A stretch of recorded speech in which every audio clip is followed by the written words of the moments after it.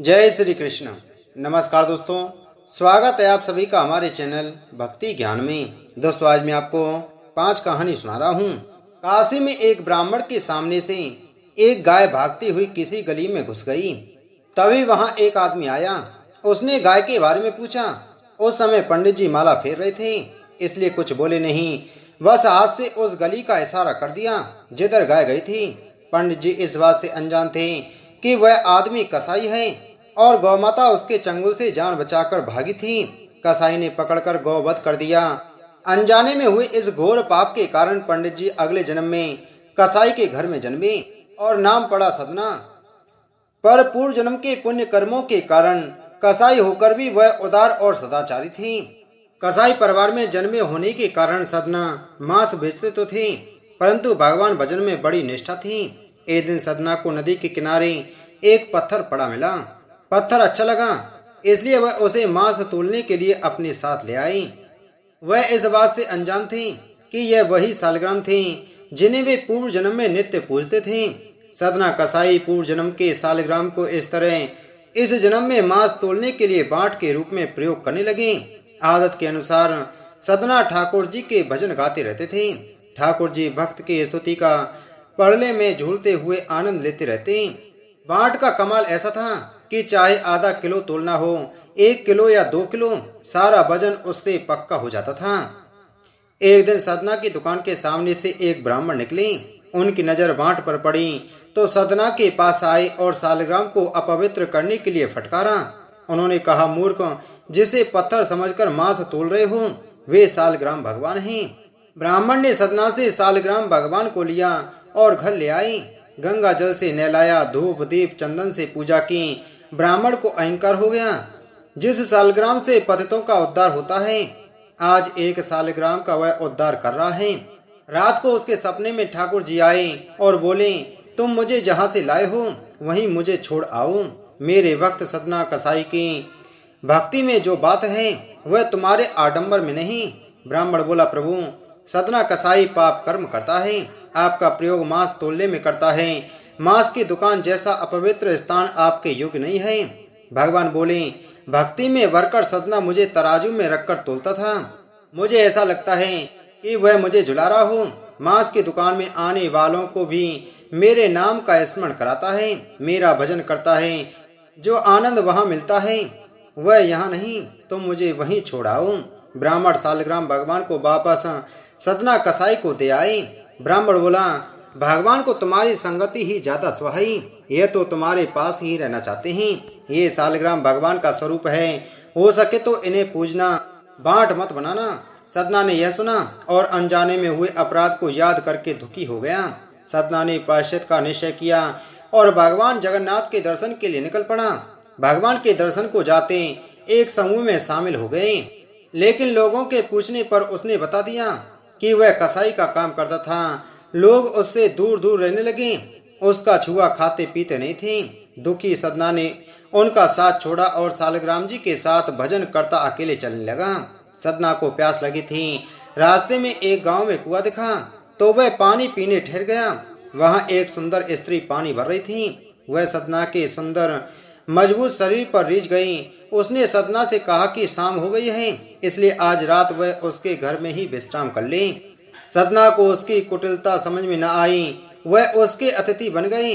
रात में वह स्त्री अपने पति के सो जाने पर सदना के पास पहुंच गई और उनसे अपने प्रेम की बात कही। स्त्री की बात सुनकर सदना चौंक गई और उसे पतिव्रता रहने को कहा। स्त्री को लगा कि शायद पति होने के कारण सदना रुचि नहीं ले रही। वह चली गई और सोते हुए पति का गला काट लाई। सदना भयभीत हो गई। स्त्री समझ गई कि बात बिगड़ जाएगी, इसलिए उसने रोना चिल्लाना शुरू कर दिया। पड़ोसियों से कह दिया कि इस यात्री को घर में जगह दी थी, चोरी की नीयत से इसने मेरे पति का गला काट दिया। सदना को पकड़कर न्यायाधीश के सामने पेश किया गया। न्यायाधीश ने सदना को देखा तो ताड़ गई कि यह हत्यारा नहीं हो सकता। उन्होंने बार बार सदना से सारी बात पूछी। सदना को लगता था कि यदि वह प्यास से व्याकुल गांव में न पहुंचते तो हत्या न होती। वह स्वयं को ही इसके लिए दोषी मानते थे, अतः वे मौनी ही रहे। न्यायाधीश ने राजा को बताया कि एक आदमी अपराधी नहीं है, पर चुप रहकर एक तरह से अपराध की मौन स्वीकृति दे रहा है। इसे क्या दंड दिया जाना चाहिए? राजा ने कहा, यदि वह प्रतिवाद नहीं करता तो दंड अनिवार्य है, अन्यथा प्रजा में गलत संदेश जाएगा कि अपराधी को दंड नहीं मिला, इसे मृत्यु दंड मत दो, हाथ काटने का हुक्म दो। सदना का दायां हाथ काट दिया गया। सदना ने अपने पूर्व जन्म के कर्म मानकर चुपचाप दंड सहा और जगन्नाथपुरी धाम की यात्रा शुरू की। धाम के निकट पहुंचे तो भगवान ने अपने सेवक राजा को प्रिय भक्त सदना कसाई की सम्मान से अगवानी का आदेश दिया। प्रभु आज्ञा से राजा गाजे बाजे लेकर अगवानी के लिए आया। सदना ने यह सम्मान स्वीकार नहीं किया तो स्वयं ठाकुर जी ने दर्शन दिए, उन्हें सारी बात सुनाई। तुम पूर्व जन्म में ब्राह्मण थे, तुमने संकेत से एक कसाई को गाय का पता बताया था, तुम्हारे कारण जिस गाय की जान गई थी वही गाय इस जन्म में स्त्री बनी है। जिसके झूठे आरोपों से तुम्हारा हाथ काटा गया, उस स्त्री का पति पूर्व जन्म का कसाई बना था, जिसका वध कर गाय ने बदला लिया है। भगवान जगन्नाथ जी बोले, सभी के शुभ और अशुभ कर्मों का फल मैं देता हूँ। अब तुम निष्पाप हो गए हो, घृणित आजीविका के बावजूद भी तुमने धर्म का साथ न छोड़ा, इसलिए तुम्हारे प्रेम को मैंने स्वीकार किया। मैं तुम्हारे साथ मांस तोलने वाले तराजू में भी प्रसन्न रहा। भगवान के दर्शन से सतना जी को मोक्ष प्राप्त हुआ। भक्त सतना की कथा हमें बताती है कि भक्ति में आडंबर नहीं, भावना बनाए रखती है। भगवान के नाम का गुणगान करना सबसे बड़ा पुण्य है। एक बार गणेश जी महाराज एक सेठ जी के खेत में से जा रहे थे तो उन्होंने 12 दाने अनाज के तोड़ लिए। फिर गणेश जी के मन में पछतावा हुआ कि मैंने तो सेठ जी के यहाँ चोरी कर ली। तो गणेश जी सेठ जी के यहाँ 12 साल की नौकरी करने लग गए। एक दिन सेठानी राख से हाथ धोने लगी तो सेठ जी ने सेठानी का हाथ पकड़कर मिट्टी से हाथ धुला दिया। सेठानी सेठ जी से बोली, ऐसा क्या नौकर रखा है? नौकर होकर उसने मेरा हाथ पकड़ लिया। सेठ जी ने गणेश जी को बुलाकर पूछा, तुमने सेठानी का हाथ क्यों पकड़ा? तो गणेश जी ने बोला कि मैंने तो एक सीख की बात बताई है। राख से हाथ धोने से घर की लक्ष्मी नाराज होकर घर से चली जाती है और मिट्टी से हाथ धोने से आती है। सेठ जी ने सोचा कि गणेश है तो सच्चा। थोड़े दिनों बाद कुंभ का मेला आया। सेठ जी ने कहा, गणेश जी सेठानी को कुंभ के मेले में स्नान करा के ले आओ। सेठानी किनारे पर बैठकर नहा रही थी तो गणेश जी ने उनका हाथ पकड़कर आगे डुबकी लगवा लाए। घर आकर सेठानी ने सेठ से कहा कि गणेश जी ने तो मेरी इज्जत नहीं रखी और इतने सारे आदमियों के बीच मुझे घसीट कर आगे पानी में ले गए। तब सेठ जी ने गणेश जी को पूछा कि ऐसा क्यों किया? तो गणेश जी ने कहा कि सेठानी किनारे पर बैठकर गंदे पानी से नहा रही थी तो मैं आगे अच्छे पानी में डुबकी लगाकर ले आया। इससे अगले जन्म में बहुत बड़े राजा और राजपाट मिलेगा। सेठ जी ने सोचा कि गणेश है तो सच्चा। एक दिन घर में पूजा पाठ हो रही थी, हवन भी हो रहा था। सेठ जी ने गणेश जी को कहा कि जाओ सेठानी को बुला कर ले आओ। गणेश सेठानी को बुलाने गया तो सेठानी काली चुनरी ओढ़कर चलने लगी। तो गणेश जी ने काली चुनरी फाड़ दी और कहा कि लाल चुनरी ओढ़ कर के चलो। सेठानी नाराज होकर सो गई। सेठ जी ने आकर पूछा, क्या बात है? तो सेठानी ने बोला कि गणेश ने मेरी चुनरी फाड़ दी। सेठ जी ने गणेश को बुलाकर बहुत डांटा और कहा, तुम बहुत बदमाशी करते हो। तो गणेश जी ने कहा, पूजा पाठ में काला वस्त्र नहीं पहनते हैं, इसलिए मैंने लाल वस्त्र के लिए कहा था। काला वस्त्र पहनने से कोई भी शुभ काम सफल नहीं होता है। फिर सेठ जी ने सोचा कि गणेश है तो समझदार। एक दिन सेठ जी पूजा करने लगे तो पंडित जी ने बोला कि वो गणेश जी की मूर्ति लाना भूल गए, अब क्या करें? तो गणेश जी ने बोला कि मेरे को ही मूर्ति मानकर विराजमान कर लो, आपके सारे काम सफल हो जाएंगे। यह बात सुनकर सेठ जी को भी गुस्सा आ गया और बोले कि तुम तो अब तक सेठानी से ही मजाक करते थे, मेरे से भी करने लग गए। तो गणेश जी ने कहा, मैं मजाक नहीं कर रहा हूँ, मैं सच बात कह रहा हूँ। इतने में ही गणेश जी ने गणेश जी का स्वरूप धारण कर लिया और सेठ और सेठानी ने भी गणेश जी की पूजा की। पूजा खत्म होते ही गणेश जी अंतर ध्यान हो गए। सेठ सेठानी को बहुत धोखा हुआ और उन्होंने कहा कि हमारे पास तो गणेश जी रहते थे और हमने उनसे इतना काम कराया। तो गणेश जी ने सपने में आकर सेठ जी को कहा कि आपके खेत में से मैंने 12 अनाज के दाने तोड़ लिए थे, उसी का दोष उतारने के लिए मैंने आपके यहाँ काम किया था। सेठ जी के करोड़ों की माया हो गई। हे गणेश जी महाराज, जैसा सेठ जी को दिया वैसा सबको देना। कहानी सुनने वाले को, कहने वाले को, हुंकारा भरने वाले को और सभी परिवार वालों को देना। बोलो गणेश जी महाराज की जय। एक समय की बात है, जब माता सीता अपने उपवन में घूमने गई थीं, वहां काफी देर तक फूलों को देखती रहीं। फिर आकाश को निहारा, तभी देखा कि तोते का एक खूबसूरत जोड़ा एक पेड़ पर आकर बैठ गया।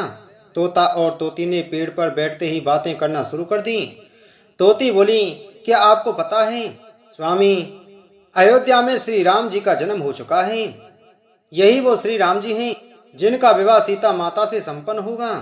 तोता ने उत्तर दिया, हाँ पता है कि रामचंद्र जी का विवाह सीता माता से होगा। यही रामचंद्र इस धरती पर 11,000 वर्ष तक राज भी करेंगे। सीता जी के पिता राजा जनक स्वयंवर रचाएंगे। इस स्वयंवर में खूब सारे राजा महाराजा दूर दूर से आएंगे। वह सभी राजा जनक द्वारा रखे गए धनुष को तोड़ने में असमर्थ होंगे। फिर दशरथ के पुत्र श्री राम उस धनुष को तोड़ेंगे और सीता जी उनको बरमाला पहना देंगी। सीता जी उनकी बातों को ध्यान पूर्वक सुन रही थीं। सीता जी को बहुत उत्सुकता हुई अपने भविष्य को जानने की। वह उन दोनों के पास गई। जब उन दोनों ने सीता माता को आते हुए देखा तो वह दोनों डर गई। वह डर के मारे उड़ने को तैयारी थे कि तभी अचानक सीता जी ने उन दोनों को रोक लिया। सीता जी ने उन दोनों से कहा कि तुम दोनों को डरने की बिल्कुल भी जरूरत नहीं है। सीता जी ने उन दोनों को आश्वासन दिया कि वही जनक पुत्री सीता हैं। उनकी यह बात सुनकर तोता तोती को चैन आया। सीता माता ने उनसे पूछा कि वह दोनों कौन सी राजकुमार की बात कर रहे हैं। तब तोता और तोती ने बताया कि वह अयोध्या के राजकुमार और दशरथ पुत्र श्री रामचंद्र जी की बात कर रहे हैं। सीता माता ने पूछा कि जिस धनुष की तुम बात कर रहे थे, क्या उसे कोई नहीं तोड़ पाएगा? तो इस पर तोते ने कहा कि वह धनुष केवल रामचंद्र जी ही तोड़ पाएंगे। इसके बाद सीता माता ने पूछा कि उन दोनों को इतनी गहरी बात किसने बताई? तो तोता और तोती ने कहा कि उन दोनों को यह कथा महर्षि वाल्मीकि ने सुनाई है। यह सारी बातें सुनकर सीता जी अपने आगे के भविष्य को जानने के लिए उत्सुक हो गईं। सीता जी ने उन दोनों से कहा कि वह दोनों उनके महल में ही रहकर उनके भविष्य के बारे में बताएं। तो इस बात पर तोते ने कहा कि क्योंकि उनकी पत्नी गर्भवती है, इसलिए वह अभी तो महल नहीं चल सकते हैं, लेकिन बच्चे के जन्म के पश्चात वह दोनों सीता जी के महल जरूर आएंगे। लेकिन सीता माता उनकी बात को नहीं मानी और वह उन दोनों को महल में रुकने के लिए बाध्य करने लगी। जब वह दोनों सीता जी की बात नहीं मानी तो सीता माता ने उस तोती को कसकर पकड़ लिया। तोते ने कहा कि कृपा करके सीता जी उसे छोड़ दें। तोते ने भी बहुत गुहार लगाई पर सीता जी नहीं मानी। वह तोती को अपने राजमहल में ले जाने के लिए चली गईं। तभी तोती ने कहा कि वह आखिरी बार कहती है कि उसे सीता जी छोड़ दें, वरना वह उन्हें श्राप दे देंगी। इस बात पर सीता जी ने कहा कि राजकुमारी को कभी श्राप नहीं लगता है। अंत में तोती ने श्राप दे ही दिया। तोती बोली कि जैसे आज एक गर्भवती को अपने पति से अलग रहने के लिए बोला जा रहा है, ठीक वैसे ही सीता जी को भी अपनी गर्भावस्था में अपने पति से अलग रहना पड़ेगा। श्राप देने के तुरंत ही बाद में उस तोती ने दम तोड़ दिया। तोते को अपनी पत्नी का विचलन सहन नहीं हुआ। तोते ने भी सीता जी को श्राप दे दिया कि आने वाले समय में वह तोता ही एक इंसान के रूप में जन्म लेगा और वही श्री राम को सीता जी को महल से निष्कासित करने के लिए बाध्य करेगा। सीता जी ने हाथ जोड़कर विनती की कि वह अपना श्राप दोबारा ले लें, लेकिन तोते ने एक भी नहीं सुनी और वह वहां से उड़ गया। यह तोता वही धोबी था जिसकी वजह से सीता माता जी को महल छोड़कर जाना पड़ा था। बोलो सीता माता की जय। एक बार एक गांव में एक बुजुर्ग महिला रहा करती थी। वह बहुत ही पूजा पाठ किया करती थी। वह रोज तुलसी माता की पूजा करती थी और वह बुजुर्ग महिला रोज तुलसी माता से कहती थी, हे तुलसी माँ, तुम मुझे बहुत ही पीताम्बर की धोती दे, मीठा मीठा घास दे, बैकुंठ में बास दे, चटक की चाल दे, पटक की मौत दे, चंदन का काट दे, रानी सा राज दे, दाल भात का भोजन दे, ग्यारस की मौत दे और कृष्ण जी का कांदा दे। वह बुजुर्ग महिला तुलसी माता की रोज पूजा करती और उनके बिड़ले को रोज सींचती। तुलसी माता बुजुर्ग महिला की बात सुनकर धीरे धीरे सूखने लगी।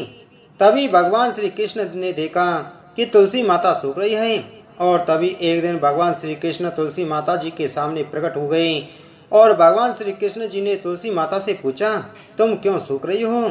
सभी महिलाएं तुम्हारी पूजा करती हैं और तुमको सींचती हैं, लेकिन फिर भी तुम सूखती जा रही हो। इसका कारण क्या है?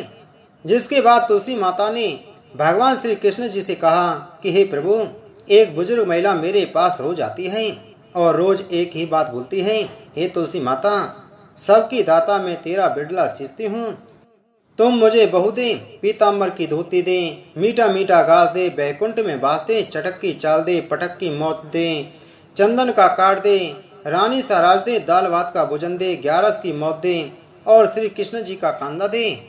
मैं उस बुजुर्ग महिला की सारी मनोकामनाएं पूरी कर सकती हूँ, लेकिन उसकी एक मनोकामना पूरी नहीं कर सकती। मैं उसको श्री कृष्ण जी का कांदा कहाँ से दूंगी? तभी भगवान श्री कृष्ण जी तुलसी माता की बात सुनकर जोर जोर से हंसने लगे और फिर भगवान श्री कृष्ण जी ने तुलसी माता जी से कहा कि तुम चिंता मत करो, जब उस बुजुर्ग महिला की मृत्यु होगी तब मैं स्वयं ही उसको कंधा देने आ जाऊंगा और तुम उस बुजुर्ग महिला से यह बता देना। जिसके बाद भगवान श्री कृष्ण जी तुलसी माता को यह बताकर वहां से अदृश्य हो गई और धीरे धीरे कुछ बुजुर्ग महिला की तबीयत खराब हो गई और एक दिन जब एकादशी का दिन था तो उस दिन उस बुजुर्ग महिला की मृत्यु हो गई। तभी कुछ बुजुर्ग महिला के आसपास रहने वाले सभी लोग आ गए और उन्होंने कुछ बुजुर्ग महिला के अंतिम संस्कार के लिए उसको जैसे ही उठाया तो वह बुजुर्ग महिला वहां पर किसी भी व्यक्ति से नहीं उठी। तभी वहां पर अचानक से एक बच्चा आया और सभी से कहने लगा कि मैं इस बुजुर्ग महिला के कान में कुछ कहूंगा जिससे यह बुजुर्ग महिला हल्की हो जाएगी और आप सभी लोग इनको आराम से उठा सकोगे। यह सुनकर सभी लोग बहुत ही आश्चर्यचकित हो गए और कहने लगे ऐसा कैसे हो सकता है, और सभी लोगों ने उस बच्चे को बालक समझकर वहां से भगा दिया। लेकिन वहां पर उपस्थित एक बुजुर्ग आदमी ने उस बच्चे से कहा कि जाओ, तुम्हें जो कुछ कहना है वह कह लो। लेकिन सभी लोगों को यह नहीं पता था कि बच्चे के रूप में भगवान श्री कृष्ण खुद ही आए थे उस बुजुर्ग महिला को कंधा देने के लिए। जिसके बाद भगवान श्री कृष्ण ने उस बुजुर्ग महिला के पास आकर और उसके कान में जाकर कहने लगे, माई मन की निकाल ले, पीताम्बर की धोती ले, मीठा मीठा घास ले, बैकुंठ में वास ले, चटक की चाल ले, पटक की मौत ले, चंदन का काठ ले और अवले श्री कृष्ण जी का कंधा भी ले। भगवान श्री कृष्ण के इतना बोलते ही वह बुजुर्ग महिला हल्की हो गई और फिर भगवान श्री कृष्ण ने सभी लोगों के साथ मिलकर उस महिला को कंधा दिया और उस बुजुर्ग महिला का अंतिम संस्कार किया। जिसके बाद उस बुजुर्ग महिला को मोक्ष प्राप्त हो गया और उस बुजुर्ग महिला को स्वर्ग की प्राप्ति हो गई। तुलसी माता की जय। एक समय की बात है कि एक वन में कुटिया बनाकर एक लपसी और तपसी रहा करते थे। तपसी हमेशा भगवान की तपस्या में लीन रहता था। लपसी रोजाना 1.25 सेर की लापसी बनाकर भगवान का भोग लगाकर ही जीता था। एक दिन दोनों झगड़ा करने लगे। तपसी बोला, मैं रोज भगवान की तपस्या करता हूँ इसलिए मैं बड़ा हूँ। लपसी बोला, मैं रोज भगवान को 1.25 सेर लापसी का भोग लगाता हूँ इसलिए मैं बड़ा हूँ। नारद जी वहां से गुजर रहे थे। दोनों को लड़ता देखकर रुके और उनसे पूछा कि तुम क्यों लड़ रहे हो। तपसी ने खुद के बड़ा होने का कारण बताया और लपसी ने अपना कारण बताया। नारद जी बोले, तुम्हारा फैसला मैं कर दूंगा। दूसरे दिन लपसी और तपसी नहाकर अपनी रोज की भक्ति करने आए तो नारद जी ने छुप करके 1.25 करोड़ की एक एक अंगूठी उन दोनों के आगे रख दी।